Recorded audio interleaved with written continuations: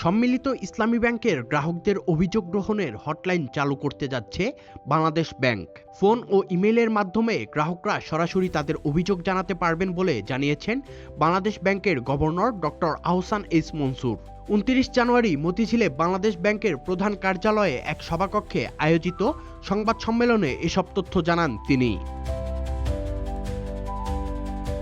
Governor বলেন, সম্মিলিত ইসলামী ব্যাংকগুলো নিয়ে গ্রাহকদের মধ্যে যে অসন্তোষ তৈরি হয়েছে তা দূর করার জন্য কেন্দ্রীয় ব্যাংক কাজ করছে।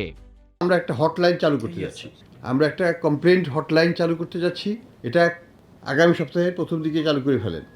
এই হটলাইনের মাধ্যমে যে কেউ ফোনে, ইমেলে বা ডাকযোগে যে কোনোভাবে কমপ্লেন করতে পারবেন এবং আমরা সেটাকে অ্যাড্রেস করব। তিনি আরও বলেন, আমানতকারীদের স্বার্থ রক্ষা করাই বাংলাদেশ ব্যাংকের প্রধান লক্ষ্য। নিয়ম অনুযায়ী গ্রাহকরা ধাপে ধাপে তাদের আমানত উত্তোলন করতে পারবেন বলে জানান গভর্নর। তিনি বলেন, আগামী ফেব্রুয়ারি থেকে গ্রাহকরা বাজার দর অনুযায়ী ইন্টারেস্ট পাবেন।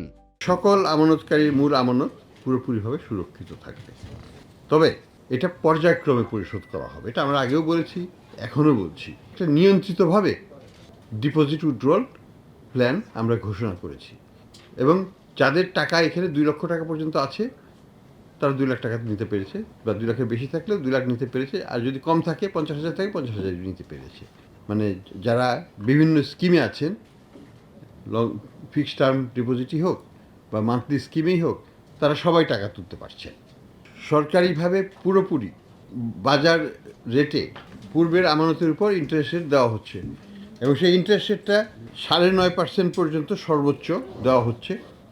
সংবাদ সম্মেলনে গভর্নর আরও বলেন, কিছু লোক টাকার বিনিময়ে সম্মিলিত ইসলামী ব্যাংক নিয়ে অপপ্রচার ও গুজব ছড়াচ্ছে। এটি বেশি দিন চলবে না। শতভাগ না হলেও বাংলাদেশ ব্যাংক বড় পরিসরে আমানতকারীদের স্বার্থ রক্ষা করার চেষ্টা করছে বলেও জানান তিনি।